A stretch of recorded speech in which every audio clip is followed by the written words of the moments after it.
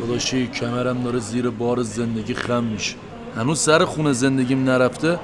باید جایزیه بخرم، باید کلی خرج کنم. نمیدونم باید چی کار کنم. چرا ناامیدی داداش؟ خدا بزرگه، امیدت به خدا باشه. حامد تو چرا همیشه کم میاری؟ مرد که نباید کم بیاره، مرد باید پای کار خودش وایسه. مثلا خود من 4 ماه نامزد کردم، بعدش رفتیم سر خونه زندگیم، عروسیم امیرعلی هم بود تازه. نه این چند ماهه به دنیا اومد؟ 9 ماهه. خب این عددا به هم نمیخوره که. خب مثلا 3-5 تا 15 خب 3-6 تا 18. خب دیگه درست. چه ربطی داشت؟ بابا پیستی دا مردم دارن نگاه میکنن، بعدم به توضیح میدم. چه فوال محمد یا الله. بابا من چجوری به دنیا آمدم؟ یه شب سرد و تاریک بود پسرم، لشلکا تو رو برامون آوردن. لکلکا؟ بفرمایید. فکر کنم دیگه لکلکا نمیتونم واسم داداش بیارن. اشش و پیالون گودوغ تش فرزند شدی. سربازی گفت میشم. عشقم جونم. با این سرویس خفنی که برداشتم میخوام چش خواهر شوهرمو در بیارم. من که خواهر ندارم عزیز من. خواهر شوهر فرضیم دیگه. البته با این مادر شوهری که من دارم بعید نیست تو این چند وقت اخیر واسه من یه خواهر شوهر نیاره. اصلا ولش کن این حرفا. میگم خدای نکرده بابات اذیت نشه زیر فشار. بابام چرا؟ خب این کابینت‌های خوشگلو میخواد بخره، باید پول بده دیگه بابتش. شوهر به این خوش تیپی، قد و بالای بلند با کمالاتی شوهرم میده. حضرت عباسی وقتی میخواین یکی رو خر کنین حداقل به شعورش توهین نکنین. کجای من خوش تیپ به ناموسم؟ اصلا من آقا کمال نمیشناسم، میگه کمال نمیدونم چی شده. کمالات کیه کمالشون؟ جناب تبریزی، فاکتورتون آماده است. کل هزینه کابینت و کمد دیواریتون شده 300 تومن که هزینه طراحی و کارشناسی هم نمیخواد بدی. برای تهران رایگانه. بابت تمیزی کارم خیالت راحت. ایران کابینت اگه نگم بهترین، قطعا جز 3 تا شرکت خوب کابینت و کمد دیواری تو ایرانه. بفرمایید حساب کنم. قابل شما رو نداره. من نوکرتم سلطان.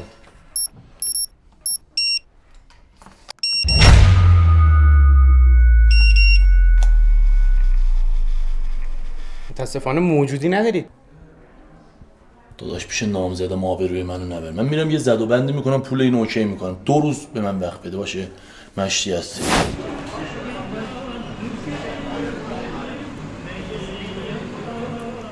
چی شده داش حامد؟ نبینم غم تو. داش حامد کسی چپ نگاه کنه چشاشو راست میکنم برات. میدونی شرمندگی یعنی این که دست عشق تو بگیری بری واسش جایزیه بخری، ولی پول بیان کشیدنشو نداشته باشی.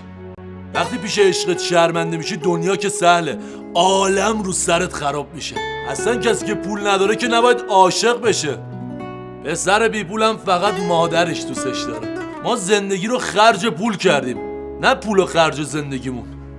ولی یه خوبی هم داره این بی پولی، اینه که میدونیم 4 تا رفیقی که دورمونن به خاطر خودمون میخوام ما رو. تموم شد؟ بله تموم شد. تاثیرگذار بود. بیا پایین پسر جان، سرمون درد گرفت.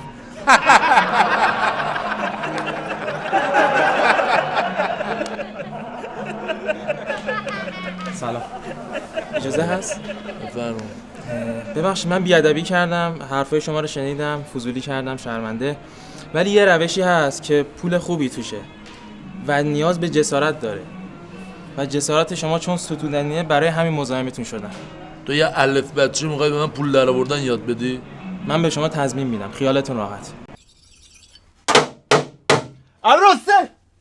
امروسته بله استاد. برو یه قالب تنه بیرنگ بیار، اینو واسه سنبل کنیم سواره این کنیم. این در پژو به پراید نمیخوره که. ما اوستام یا تو بودو برو بیار.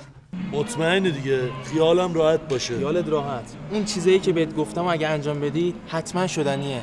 داداش زنگ بزن. این فنون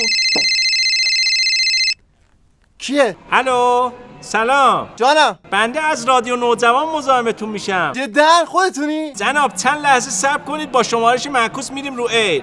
1 2 3.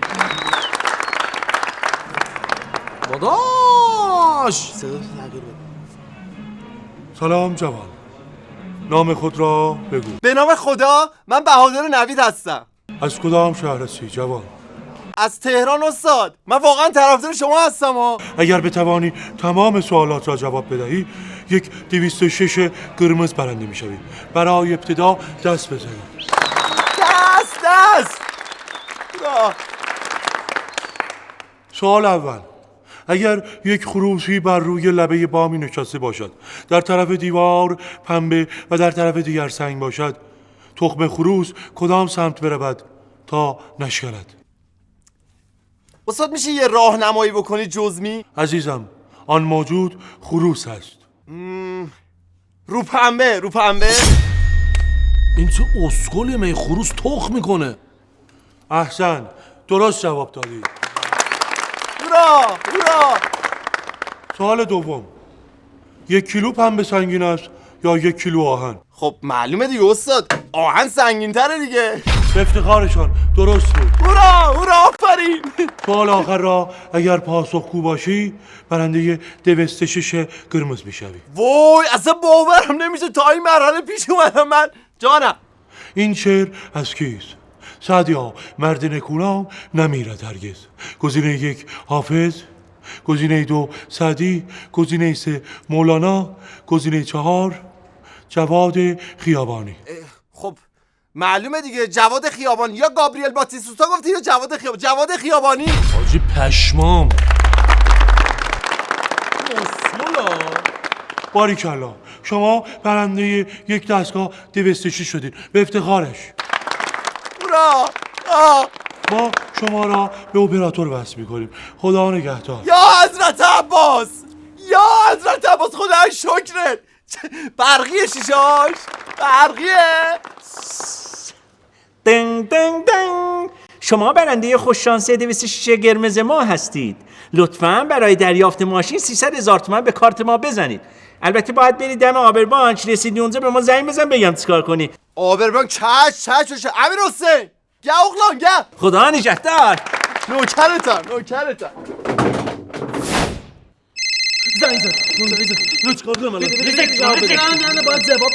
آقا سلام، خیلی من دم آبربانک هم چیکار باید بکنم؟ فقط بگو کارتو بذاره داخل، انگلیسی رو انتخاب کنه. دنگ دنگ دنگ، فقط بگو کارتو بذار داخل. اونو نگو که. بابا اونو نگو چه؟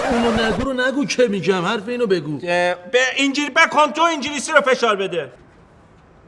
کارت را بکن تو انگلیسی انتخاب کن.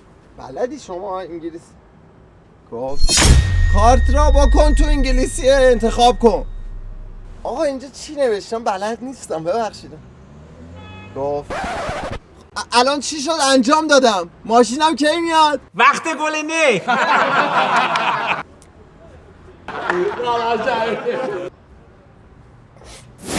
جناب رسیدید جلوی آبربانک، با من تماس بگیر. در پناه حق. دمت گرم.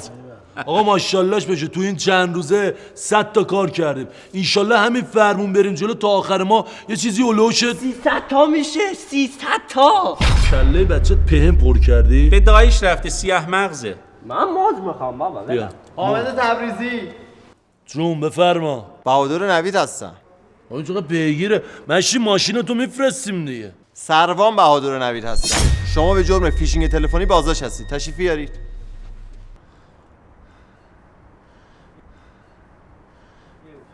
برو تو بشین. جناب سروان یه لحظه. یه چی می‌خواستم بگم. بگو. وقتی فهمیدم عشق میشه با پول خرید، دیگه واسه عشق نجنگیدم. واسه پول جنگیدم. البته نونی که از راه حروم در بیاد از گوشت سگم حروم‌تره.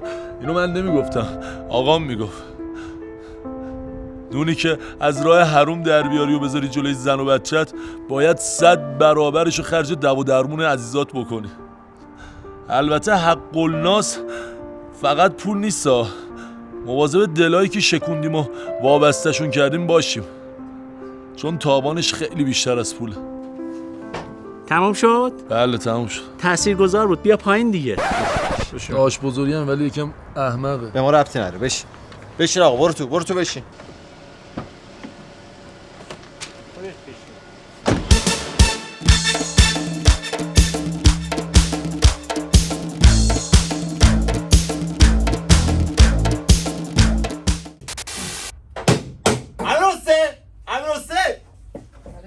برو این قالب تنه بیرنگو بیار. اینو باید تو سرهم کنی، سوار ماشین کنی. این پژو این فرال چیزی من اوستام یا تو؟ ما اوستام یا تو بودم بودم اینم امیر حسین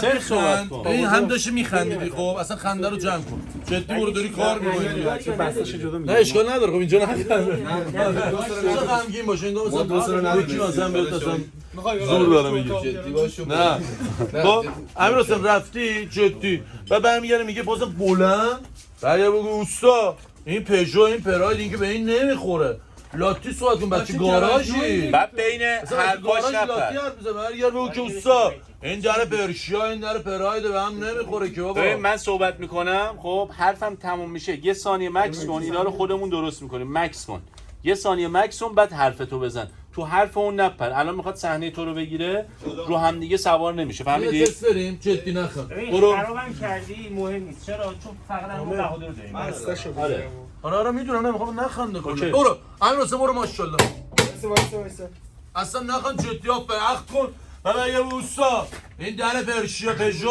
این پراید به هم نمیخوره که جدی خنده نداریم برو ماشاءالله مثلا من نمیام برو بشین سر جات تو هم بشین سر جات بشین من گفتی که دادیدات تو خوبی بشین تو بریم آقا منو مهدی مرد کم نمیاره مرد باید کار پای کاره کار پایه من باید همیشه پای کار من نگاه نکنید با هم باشید 3 2 1 حامد کار بابا من چجوری به دنیا اومدم؟ یه شب سرد و تاریک بود پسرم لشلکا تو رو برامون آوردن لکلکا؟ بفرمایید فکر کنم دیگه لکلکا نمیتونم واسم داداش بیارن اشتاق شد به اون گودو تک فرزند شدی سربازی باف میشم ممنونم متشکرم یادت باشه 2 1 یه ما باید ستیزه ها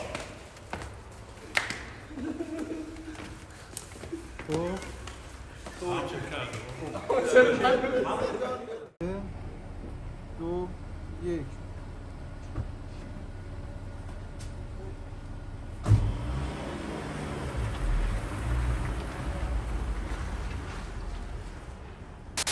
بیرون بیا تو بیا برو بالا پوریا برو بالا 3 2 1